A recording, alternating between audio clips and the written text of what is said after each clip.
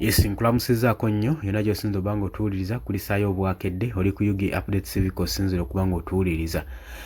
Nkuleetedde ensonga gwe munnankyukakyuka ze njagala okuyisaamu n'okutangaaza n'obutambi buno tugende nga tubutema mpola mpola okulaga lwaki tosaanidde kwesigama ku International Criminal Court ICC gw'alina high expectations mu ICC ku lw'omusango ogugenda mu maaso ogwa kkoni kubeera ettono n'essuubire kubeera ettono. Lwaki? Olw'ensonga nti tulabye ICC bangi beesamonalinze wano mu Uganda naye nga bagenda mu maaso n'okulya obutaala, nga bagenda mu maaso n'okwewaana ku bikolobero bye baakola bye baatuusa ku bannayuganda. Tulabye bulungi nnyo nga ICC terina action n'emu gy'eteeka ku bantu bano, ate newankubadde yabasamonalinga dda. Ekyo kye njagala otegeere. Ngenda kukuleetera obutambi tujje nga tubutema mpola mpola olabe n'engeri Mwami Yoweri Kaguta Museveni gy'azze abadifendingamu we batuuka mu interviewinga ku bantu bano abakowereddwa ne ICC ku lw'ebikolobero eby'amaanyi. Abamu baatuuka n'okuteekebwako sanctions. Kati nga General Peter Lweru yateekebwako sanctions obutalinnya mu ggwanga lya Amerika, na buli ggwanga Amerika lyerina partnership ey'amaanyi bamukugira okugendayo. Naye njagala nkulaga okubalaata n'engeri Mwami Yoweri Kaguta Museveni gye yali yeenyumirizaamu mu kikolwa nga kino, ne General Peter Lweru gye yeenyumirizaamu ku bikolwa bye yagenda maaso n'okukola. Ngenda kuba nga tuteekako akatambi mpola mpola tujje nga tubutemaatema then tufunemu ekyokuyiga. Lwaki mbireeta? Nina kye njagala okuleetera oleme kwesigama nnyo ku International Criminal Court, wabula weesigame ku pulaani zo nga ggwe z'obadde oyina ezigenda oteekawo enkyukakyuka. Ngenda kuteerako akatambi kaako tusimbudde. Even ICC said to me, free said, you have no case to answer. So what are you talking about? Who killed the 200 people? Those who are criminals. I haven't killed anybody innocent. Those who have, they deserved death. Anyway. How did you come to that judgment that they deserved death? Because I was on the ground and you were not on the ground. That's the problem. But you're not a judge. I know. I'm a judge of my own during my work. I understand. I understand what I do. I know what I do. And that's why there's no problems here. Uganda is peaceful because of my actions. And Kasese is very peaceful. ICC. Those ones are daydreamers who are saying that they'll take me there. They are daydreamers because they don't know what they're talking about. Just 2 months after the Kasese Palace raid on 27th November, the Commander-in-Chief, President Yoweri Museveni, promoted Erolo from Brigadier to Major General and assigned him a bigger responsibility as Commander Land Forces. Erolo's critics, led by Kasese MPs, said this was a reward for his role in the Kasese bloodbath. You tell them that, Muswade, because they don't understand what they're talking. I have served this country for 30 years. And I was already a general. It's not by accident. This Kasese thing was nothing to me. I have gone through so many challenges. Forget about Kasese. So this one was just because I had to be what I am today. Period. Major General Erolo spoke shortly after receiving the instrument of power from his predecessor, General David Rwakuba Muhoozi, who took over as Chief of Defense Forces from General Katumba Wamala. General Muhoozi will remain Erolo's direct supervisor. The new commander of the land forces, who is a veteran of the Somalia pacification process, said key on his agenda would be improving human resources in the UPDF. My priorities is about my soldiers. Number one. That is, because without them, we are in trouble. One of the first army commanders of the current army, General Edith Mwine, who presided over the handover ceremony, urged the new army chiefs to remain steadfast. I take full responsibility of whatever happened. I did it within the law, and I acted professionally. I would have finished all those people who were there, about 200, if that's what they wanted. But I saved so many lives.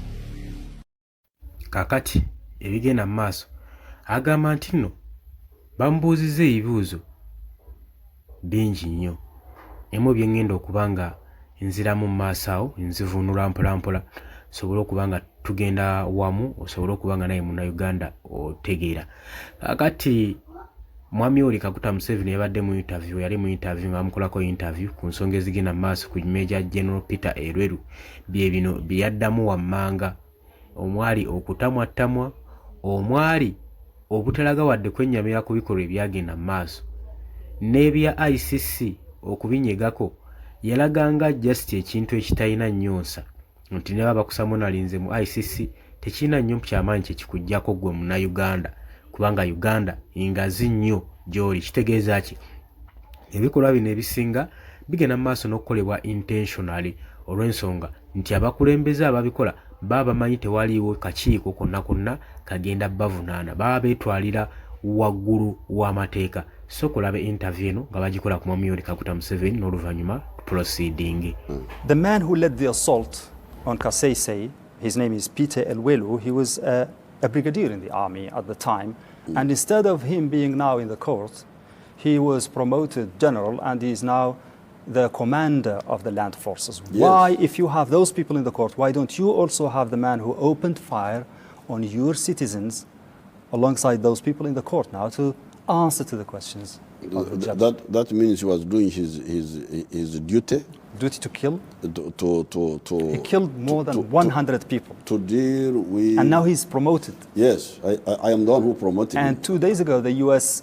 government refused. They blocked his going to Malawi to attend a conference on security because of that. I don't know about the United States. Uganda is big enough for Major General Elweru to operate there. I don't know why he's dying to go to the United States. But no, he's not going. He was going to Malawi and he was blocked by the Americans because they are supervising that conference because of what he did in Kasese. So he's accused. Well, I'm not a prefect about American actions. I am a leader of Uganda, and I'm telling you that Elweru did his duty, and there's now peace in that area. So it was pacified. It was because for some time now, we have been having a group attacking the state, claiming that they are royal guards of Obusinga, Bwarwenzururu. We have lost quite a number of people, both security and civilians. And this started as early as 2014. And we kept on watching this group. You kept on reaching out to them, say this is not acceptable. So many things have been happening behind the scenes to make sure that we don't reach this level which we have reached now. So, but things were not working out, and we had to take a decision. Yesterday at night, we talked to him again. His Excellency talked to him, and they agreed. Yesterday at night, they agreed that he remains with only 9. Those are 6 as his security do this traditional thing, and then 3 to cook for him. We gave him 1 hour. It elapsed because we were supposed to storm that camp, that palace by 11. So we again, the president again called, gave him 2 more hours. That please sort this out. Now that one, we sent everybody here, his people he wanted, to talk to him that let these people surrender. But we realized that I think he was under siege by his own people. These people he called these guards and so forth. So we had no option after that. We had to storm the palace and get these terrorists. And that is what we did. And in the process, we realized that they were armed. They fired at our soldiers. We have at least 2 soldiers who were wounded. 1 a major and 1 private were injured. They were using small arms and these, what I could call IEDs, improvised explosive devices. This is what they were throwing to the soldiers. And some of those things have been recovered by the police. So, but what we made sure that we wanted to save his life, and we didn't want to harm him. We wanted to rescue him from his own people whom he created. And that one we did it, and we got him out.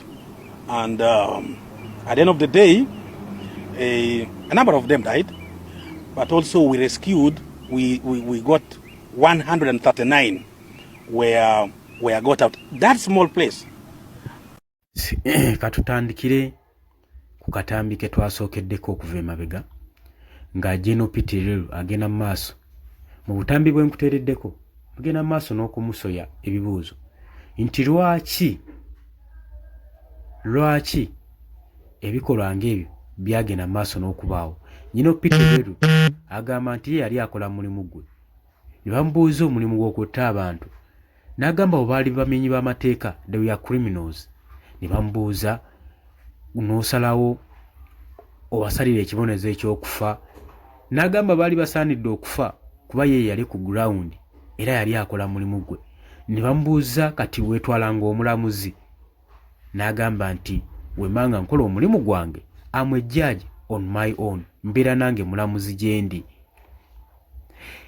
Yagambye nti ye ekyokutta abantu be yatta yali akola mulimu gwe era yali ataasa ggwanga lye, era Rwenzururu kati eri bulungi nnyo eyina emirembe ku lw'ebikolwa bye bye yagenda maaso n'okukola.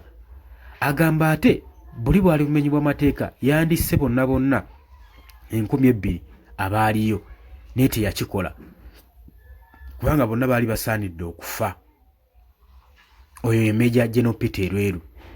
Wabula mu interview gye tulabyeko nga bakola ku Mwami Yoweri Kaguta Museveni bamubuuziza ebibuuzo bino wammanga.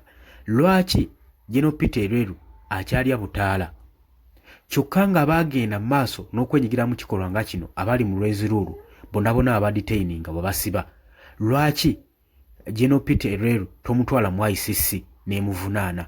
N'agamba nti nno Major General Peter Lweru yali akola mulimu gwe. N'amugamba omulimu gw'okutta abantu, n'agamba nti abo baali ba criminal. Era ne bamubuuza webanga omulimu gwe yali akola gwali mu mateeka, waki ICC yamusamonalinga, waki tomukwata n'omuwaayo? Kubanga yamuwa sanctioninga obutagenda mu America, obutagenda na mu nsi ndala. Wabula Mwami Yoweri Kaguta Museveni n'amugamba nti nno Uganda nnene nnyo eri Peter Lweru, talina nsonga waki abaagenda mu America talaba kyanoonyaayo.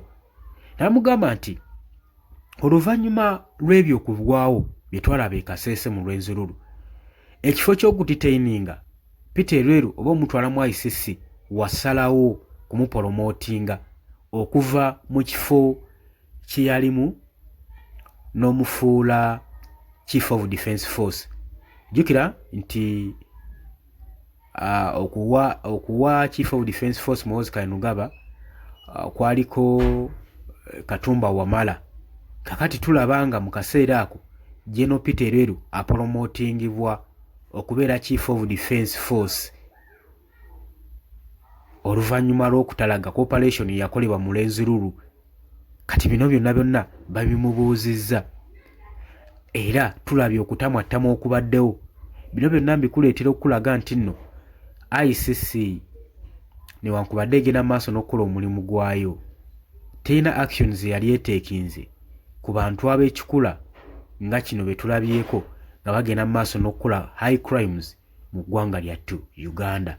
Simanyi abasinga engeri gye mulamulamu Major General Peter Lweru, ate era ze zimu ku nsonga lwaki General Peter Lweru yawummuzibwa olw'ensonga nti yali already asamonalingiddwa ne ICC.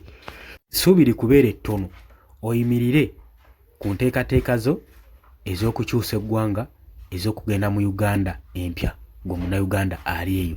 Bino mbikuleetedde okuzzaako emabega katono olabe emisango egibadde mu Uganda nga gyetaagisa okuba nga ICC ya taking adda action ku bikolwa nga bino mu Uganda. Kino kyenkugambye nti Uganda ebadde teri under monetization ku demokrasiya waayo, ku justice agenda mu maaso n'okuteekebwa ku bannansi baayo oba oliawo omusango guno gwa Kony nga bwe gugenze gunaaterayo Uganda akabega ne basobola okuba nga bamonitayizinga buli kintu ekigenda mu maaso.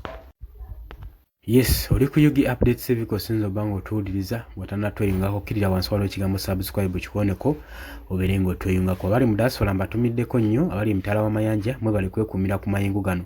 Gw'atannatweyungako kkirira wansi subscribinga, likinga, sharinga. Mbaniriza nnyo mu comment section jangu oteekeyo endowooza yo. Olowooza munnayuganda abeere n'essuubi okuva mu International Criminal Court kwebyo ebinaavaayo birina engeri gye binaafevalingamu munnayuganda oba tewali mbeera ejja kukyukawo? Jjukira omusango guno tugutunuulidde nnyo naye gujja twala ekiseera okulaba nga kooti evaayo n'okusalawo kwayo. Ssaawa zino bakyali mu investigation ku bujulizi obulumika Kony nti yazza emisango gino. Mbaagaliza weekend ennungi, mbaagala nnyo, mweraba.